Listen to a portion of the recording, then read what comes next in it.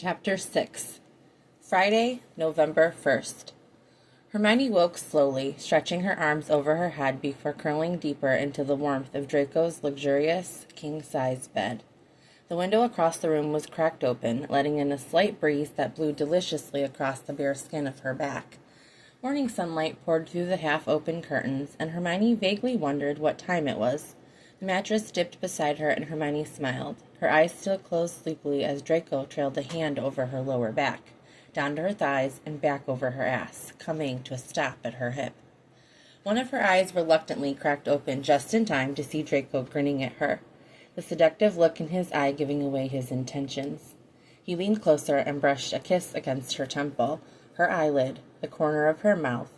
Hermione's eyes slid shut again, basking in his attention as his lips worked down her neck, to her shoulder, to the middle of her back. She hummed contentedly as he slid on top of her, draping himself across her back, completely encapsulating her underneath his body. He ran his hands along the sides of her breasts and up along her arms until he had her hands pinned above her head, their fingers entwined.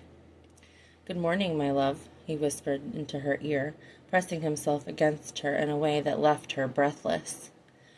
"Are we really at the stage in our relationship where you should feel comfortable calling me my love?" Hermione tried to joke, but the quip felt a little flat when she choked on the words, desire blooming in her abdomen as he rocked his hips against her. "I distinctly remember you telling me last night that I could call you anything I'd like, as long as I didn't stop." Draco chuckled smugly at the way her breath caught. Hermione could tell he was smirking just by the tone of his voice, but she couldn't bring herself to care whatsoever about his smugness. Her skin felt like it was ablaze, and she gripped his hands tightly, pushing against him, silently begging for more. "So, my love, before we go downstairs for breakfast, I was thinking I'd have a little taste of you first. How does that sound?" he murmured before sucking gently on her pulse point. Hermione nodded and tried to turn over, but Draco forced her to stay on her stomach, his body pressed tightly against her back. "Nuh-uh-uh," he admonished before whispering a spell under his breath to make her hands stick to the sheets. Hermione bucked her hips into his protest, struggling slightly against the wandless sticking charm he'd cast. A rush of adrenaline raced through her, and she was suddenly wide awake, nearly panting in anticipation. Draco sat up on his knees and ran his hands sweetly along her head and shoulders, shushing her gently, chiding her to just relax. Hermione huffed at him in annoyance. How the hell was she supposed to relax in this position, with Draco's naked body rubbing against her? She felt the exact opposite of relaxed. A shock ran through her when he grazed his teeth along the cheek of her ass and bit down playfully. She fought to turn over, but Merlin, he was strong. Draco kept her pinned to the bed as though it was nothing, and the thrill of being completely at his mercy was disabling in the best way. Her senses were elevated at the loss of her hands, and the press of his body weight against her was both delicious and overwhelming. Draco took a tall knee and smacked her lightly on the ass before leaning a hand behind himself to pin her ankles to the bed, putting a stop to the traction she'd gained with her feet. Draco clucked his tongue at her meager struggle against him. "Are we really at the stage in our relationship where you should feel comfortable picking a fight with me?" he mocked dryly. "I've never had a problem picking a fight with you, Malfoy," Hermione growled. Draco barked a laugh and just continued to hold her down. "Like I could forget, Granger. I have to admit, you did have quite the right hook when we were kids. But if you think you're going to one-up me today, you're kidding yourself." Hermione just harumphed. She knew this was a losing battle, as he seemed determined to tease her to death, but she wasn't quite ready to admit defeat. "If you would just relax, my love," he said in a sing-song voice, "you might get a reward." He finished softly before leaning forward to press a feather-like kiss against her spine. "Now, are you going to be a good girl and let me have a taste?" His voice dripped over her with honeyed sweetness, his fingers dancing across her skin like butterfly wings. Hermione took a deep breath and tried to still the tremors of excitement that had her visibly shaking. Her heart thumped erratically in her chest, and she blew all of the air out of her lungs, willing her taut muscles to relax. Draco took notice of her efforts to be still and palmed her ass where he had swatted her, murmuring praise. Now that wasn't so hard, was it? Pulling her up until she was on her knees before him, Hermione moaned when his cock brushed against her, still swollen and aching from the night before. She shifted back, trying to press against him a second time, but he only allowed her the one teasing brush before he sat back to admire her. His rough, callous hands tickled as he ran them along her thighs and ass and everywhere except the place she wanted, until she was dripping, writhing mess. Embarrassment at being beneath such scrutiny quickly gave way to a visceral longing to be touched. Hermione squirmed, but Draco dug his fingers into her hip bones, holding her still. The wine fell from her throat when she felt him lean closer, his breath on her. Her eyes squeezed shut, and her toes curled, and she thought she might just die from the anticipation when at last his tongue ran along her slit. All the breath rushed from her lungs, and she sunk into the pleasure of it, completely boneless, as he nuzzled and lapped at her wet folds. Murmurs of, "Fuck, you taste so good, Granger," and "Are you going to come for me?" drifted up to her, but her brain had been rendered too useless to formulate a response beyond intelligible sounds of ecstasy. 2 fingers sunk inside of her, and his mouth was on her, and his other hand was everywhere, her neck, her back, her nipples, and Hermione pressed her face into the sheets, holding in a scream as she gushed for him. Ears ringing and feet tingling and bones melting, and Hermione easily slipped from her knees back down to her stomach at the push of his hand. Draco was everywhere, all around her, their feet and hands tangled up, and she turned her head to meet his lips in a sloppy, desperate kiss. They pulled away, gasping for air, and when he began to slowly press inside of her, tantalizingly slow, her mouth fell open, and she couldn't breathe for how intensely she needed him. Her hips pressed up against him of their own accord, and she was choking, pleading for him to move faster, but her pleas fell on deaf ears. Draco bit down on her shoulder and moaned through his teeth as he just barely slipped inside of her, nudging against her wet heat. He withdrew again, pressing himself against her, and again he teased her until another orgasm built rapidly, unexpectedly. He pressed his cheek against hers, breathing heavily, his brow damp with perspiration as he slipped and slid against her dripping lips. And fuck, Draco, right there. One of his large hands pressed into both of hers, the other wrapped tightly around the back of her neck. He ground against her just so, his hard self pressing against her overly sensitive bud, and Hermione felt as though he somehow knew her body more intimately than she knew it herself. In the span of just a few breaths, Hermione flew over the edge into oblivion, jerking against him, her mouth hinged wide in a silent scream. Just as she began to come, Draco slammed inside of her with a groan of pleasure, her name on his lips. His hands flew to her hips, and he tilted them just an inch as it was too much, too intense. And her second orgasm had barely dissipated before she was on the verge of another. She needed something different. "Draco, Merlin, please, fuck." And he seemed to almost intuitively know what she needed, though she couldn't have said what that something was. He hauled her up and into his arms until her back was flush against his chest, her head on his shoulder.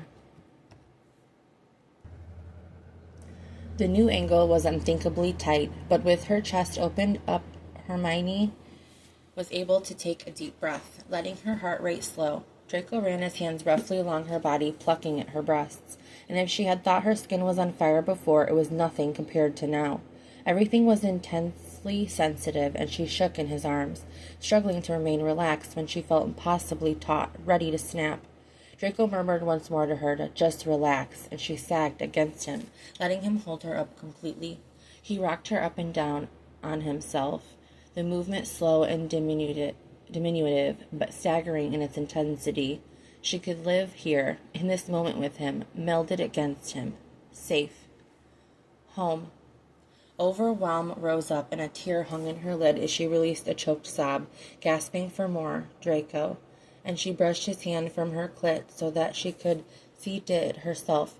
He rocked her more quickly, one hand grasping and pinching her nipples, his other wrapped tightly around her throat, squeezing just enough the stars began to burst behind her eyes. He urged her to come for me, my love, come for me, and she was arching against him, spasming around him as hot lightning flashed through her. Draco's thumb almost too tight on her jaw as he came with her. Once the shockwaves had passed, Draco loosened his grip and she sagged down onto the bed, rolling onto her back and stretching like a cat. "Fuck, Draco," she moaned in satisfaction as he flopped beside her with a laugh, pulling her over to lay on his chest and running a hand through her wild curls. "I may never leave this bed," she admitted, looking over at him with a contented smile, "especially if that's how you plan on waking me up every day." "That can be arranged, I assure you," he said, and for a moment they just lay there, grinning stupidly at each other in their post-orgasmic bliss when there was a tapping on the door. "Dad, it's 9 o'clock. I'm hungry." Hermione looked over at him with wide eyes. "Shit," she whispered. "I forgot about Scorpius. I wasn't too loud, was I?" But Draco just laughed and pulled on a pair of pajama pants, tossing her a spare set of PJs to slip on. One-way silencing charm, love. Hermione sagged in relief and had just finished pulling on the PJs and straightening the bed when Draco opened the door. Scorpius rushed past Draco without a glance, jumped onto the bed, and dove at Hermione with a cry of excitement. "Oof!" She laughed in surprise, catching him around the middle and swinging him down to the ground. He bounced over to Chico, who had been asleep in his bed under the window until Scorpius flopped on top of him, giving him a good-morning hug. The chipper 5-year-old turned to beam up at Hermione, and her heart caught in her throat at the look of adoration he wore. She expected some questions, like, "Why are you here?" or "Why are you wearing Dad's PJs?" But instead, all he asked was, "Can we have pancakes for breakfast?" "I don't know, sweetie. Do we have the stuff for pancakes, Draco?" Draco had leaned against the doorframe of the room with his arms crossed. He was still shirtless, his tattoos and scars on display for her, his pajama bottoms slung low on his hips. Despite all the sex they'd had over the last 24 hours, her insides squirmed in want at the look Draco gave her. He left her feeling a level of insatiability she'd never experienced before, and Hermione was already wondering when they could crawl back into bed together. Scorpius pulled on her arm and danced around her, and Draco watched them together for a moment before answering. "I'm pretty sure we have everything, but we'll have to check. Why don't you go put some cartoons on, Scorp? We'll be down in a second." "Cartoons!" he yelled as he soared away and down the stairs, Chico catapulting down the stairs behind him, leaving the adults laughing in their wake. Hermione sidled up to Draco, and he was quick to slip his hands into the back pockets of the PJs he'd lent her, cupping her ass and pulling her flush against him. "So, what are you up to today? Want to stay to have pancakes with us? Or, I don't know, maybe just stay forever?" he asked jokingly with just a hint of sincerity. Hermione leaned away in order to look up at Draco's face, and her heart swelled at the earnestness she saw there. Logically, she knew she should have some concerns about what this step in their relationship meant. Being together, sleeping over. It should feel complicated and messy, especially since they had yet to define their relationship in any sort of capacity. She should be feeling the need for space and reflection after spending almost 24 hours with Draco and taking such a big step forward. But despite what logic told her she shouldn't feel, Hermione didn't actually feel that way at all. She felt as though she never wanted to leave his side, and she had a hunch that Draco felt the same. Never before had she been so sure of a relationship or so on the same page with someone. Hermione was done allowing shoulds to dictate her life. "Well," she swept her hands up his abdomen and to his chest, lingering over his tattoo of the constellation Scorpius, which began on his right pectoral and swept up along his shoulder. "I should probably pop home at some point to freshen up, but there's nothing I'd rather do than stay for as long as you'll have me." Hermione met his eyes sweetly, and Draco took her face in his hands, cupping her cheeks and brought her lips to meet his in a fierce kiss. She could feel the intensity of his elation at her response bleeding through his lips and hands, igniting a new spark of passion between them. Draco turned her around and pushed her against the doorframe, hitching one of her legs up and over his hip so that he could press his hardening cock against her center. Her head pounded erratically beneath her chest, and they lost themselves in each other, only coming up for air and pulling away when they heard the crash of something falling in the kitchen. Draco groaned and nipped at her lips once before grabbing her hand and pulling her down the stairs behind him. "Be careful what you say, Granger. I may never let you leave," he warned, and Hermione's chest swelled with happiness at the sultry wink that he sent over his shoulder. On the same page, indeed. Draco did, in fact, have all the ingredients in the house for pancakes. Hermione made a pot of coffee while Draco and Scorpius worked on the pancakes together. She quickly decided that a man who could handle himself in the kitchen was one of the sexiest things she's encountered thus far in her life. Bare feet, a mussed hair, and nothing on but pajama bottoms. This is a view I could get used to, for sure. After breakfast, Hermione popped home for a shower and a change of clothes, and a bag of a few other things, just in case she was, in fact, invited to stay over again. Draco eyed the small duffel on her shoulder appreciatively when she got back an hour later, and he gave her a kiss when Scorpius wasn't looking. The three of them went on a long afternoon walk through the woods, enjoying the chill in the air and the brightly colored leaves that were falling and swirling around them in the wind. Scorpius was given control of Chico's leash, and the two had a blast scampering around while Draco and Hermione followed behind them. About an hour into their trek, they came to a beautiful pond connected to an icy stream that ran swiftly through the trees.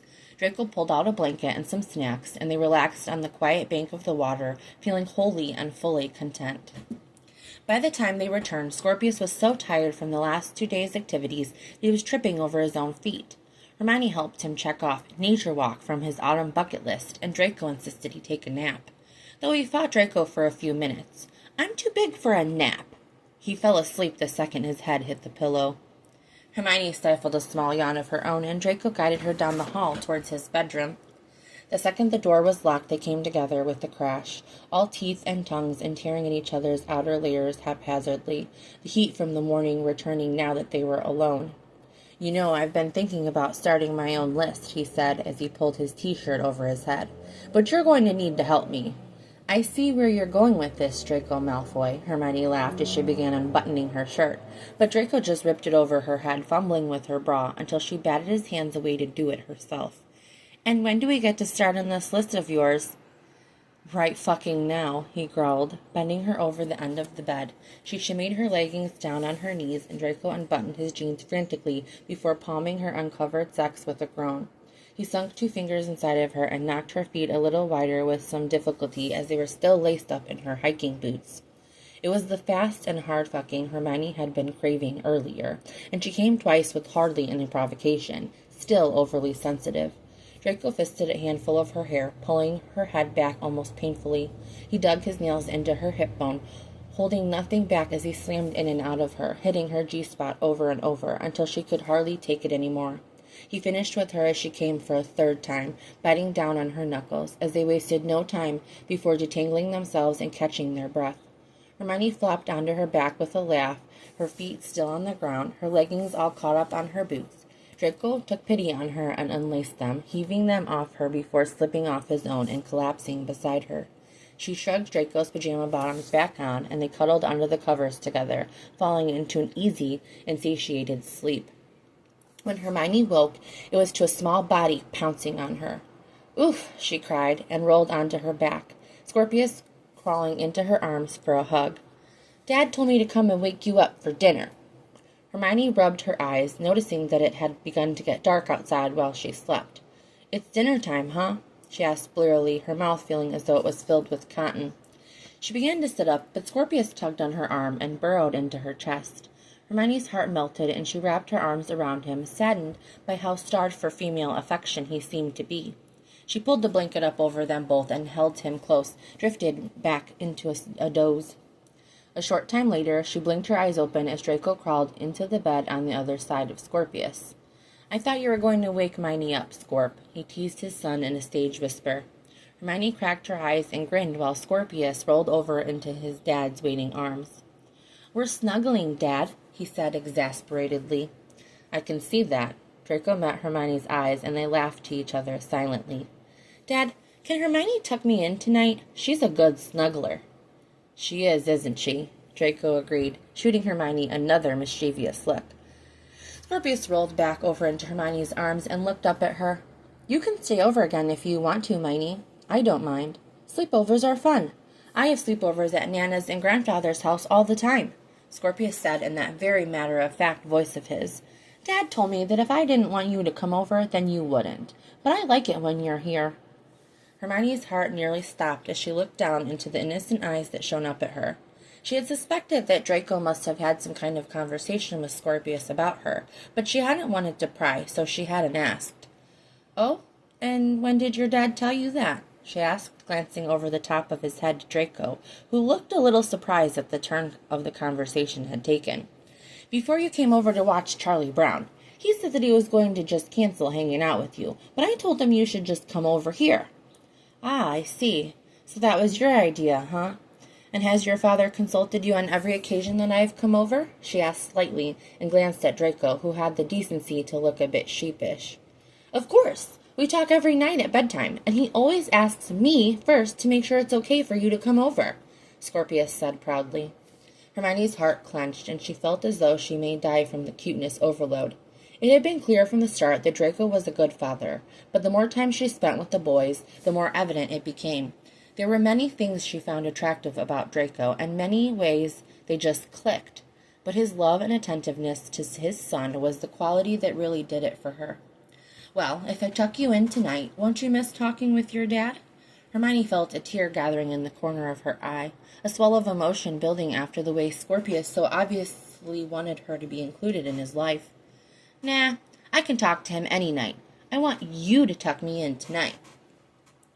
Well, as long as it's okay with your dad, then I'd love to. Hermione ran a hand over his head affectionately, and when she glanced at Draco, she was surprised to see that he looked a little choked up as well. His eyebrows were raised in surprise, but he had the sweetest smile on his face.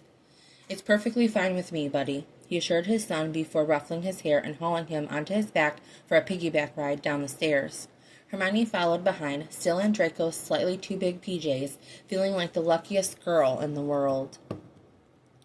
That night, they ate spaghetti and drank red wine and laughed at Scorpius' precociousness. When Draco reached for her hand across the table in full view of Scorpius, an invitation to step even further into the little world he shared with his son, she took it unquestioningly and held it tight. The three of them sat in front of the fire after dinner and played Go Fish, the only card game that Scorpius knew how to play. They ate popcorn and listened to a kid's station on the wireless, dancing to all of Scorp's favorite songs, and when 8 o'clock rolled around, Draco announced that it was time for Scorpius to hit the hay. Hermione only allowed him to sucker her into one extra book before she put her foot down and turned the light off with a snap of her fingers. She stood to tuck him in, but he asked in the tiniest voice, "Won't you snuggle with me, Miney?"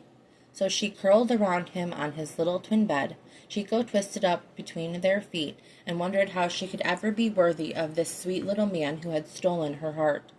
Draco came in a little while later and gently woke her from the doze she'd fallen into. They went back downstairs and settled on the couch, Draco to read and Hermione to write, both still a bit tired despite the nap they had taken. By 10, Hermione was yawning and couldn't bear to stare at her computer screen any longer. She helped Draco tidy the kitchen, and they headed upstairs, brushing their teeth side by side in the bathroom and grinning at each other in the mirror, as if they had done so many times before. After the lights had been turned out and Draco had pulled her into his chest, Hermione finally allowed herself to think of her little girl with wild curls, who was never far from her thoughts. She may never have been born, but that didn't make her any less part of Hermione, and Hermione missed her desperately. She missed everything that might have been. Tears ran silently down her cheeks, and she sniffled. Draco drew her face up to meet his, looking at her as if he knew exactly what she was thinking. He wiped her cheeks and held her tight, rocking her in his arms until the tears quieted, and Hermione felt thankful and safe. It still hurt the same, and maybe it always would, but it was a little easier to bear when she was in Draco's arms.